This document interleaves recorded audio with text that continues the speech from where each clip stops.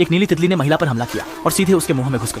चुईहुआ ने उसे बाहर निकालने की कोशिश की, लेकिन जब तक सहयोगी मदद के लिए नहीं पहुंचे, नीली तितली उसकी श्वास नली में चली गई। चुईहुआ ने कुछ ही क्षणों में सांस लेना बंद कर दिया। उसका शराबी प्रेमी दुखी होकर उसे पकड़ लिया, लेकिन जब तक चीजों को ठीक से समझने का मौका मिलता, अगले ही क्षण चुईहुआ अचानक से जीवित हो उठी और वह बेखुदी में जंगल की ओर चल पड़ी। इस समय नीली तितली ने उसका शरीर घेर लिया है। उसने हल्की सी आवाज निकाली और तुरंत ही उसने बहुत सारी नीली तितलियों को आकर्षित कर लिया। लेकिन जो तितली अभी अभी उसके शरीर में घुसी थी, वह तितलियों की रानी के रूप में जानी जाती है। इस समय नीली तितली राजा के आदेश की प्रतीक्षा कर रही थी। जैसे ही चुईहुआ ने विशेष बुलावा दिया, सभी नीली तितलियां उसके पीछे पीछे चलते हुए पास के छोटे शहर पर हमला करने लगी। वे सबसे पहले पुलिस स्टेशन पहुंचे। वहां के पुलिसकर्मी अभी तक प्रतिक्रिया नहीं कर पाए थे कि नीली तितलियों ने उन पर हमला कर दिया। पुलिसकर्मी प्रतिकार करना चाहते थे, लेकिन बहुत देर हो चुकी थी। थोड़ी ही देर बाद नीली तितलियां उनके शरीर में परजीवी बनकर रहने लगी। भयभीत पुलिस प्रमुख ऑफिस में छुपा था, बाहर निकलने की हिम्मत नहीं कर रहा था और कोशिश कर रहा था नीली तितली को कांच के दरवाजे से रोके। उन्होंने नीली तितली की विनाशकारी शक्ति को कम आंका। नीली तितली के शीशे से टकराने के कुछ ही मिनटों बाद शीशा टूट गया और पुलिस प्रमुख भी नीली तितली से संक्रमित हो गया। यहाँ तक कि जेल के कैदी भी हमले की चपेट में आ गए। लेकिन कुछ ही देर में वे फिर से खड़े हो गए और हर कोई विचित्र मुस्कान के साथ आगे बढ़ने लगा। ऐसा लग रहा है कि उन्हें नीली तितली ने नियंत्रित कर लिया है और वे अब और अधिक मेजबानों की तलाश में हैं।